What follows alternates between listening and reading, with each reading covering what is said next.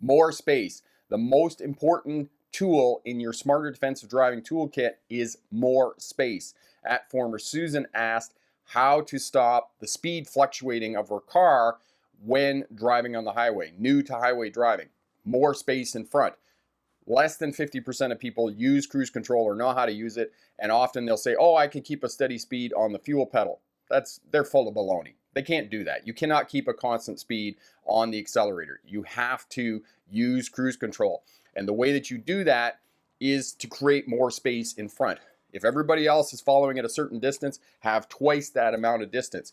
When you're on cruise control and you have a constant speed, what's going to happen is the cars in front are going to slow down and speed up like this. And what you're going to do is you're going to move up and you're going to move back and you're going to move up in relative relation to the vehicles in front of you. So you need more space in front to keep a constant speed. But also keep in mind that space trumps speed, okay? Maintain your space at all costs, and your speed is going to fluctuate out on the highways as you adjust to other vehicles and other road users along the roadway.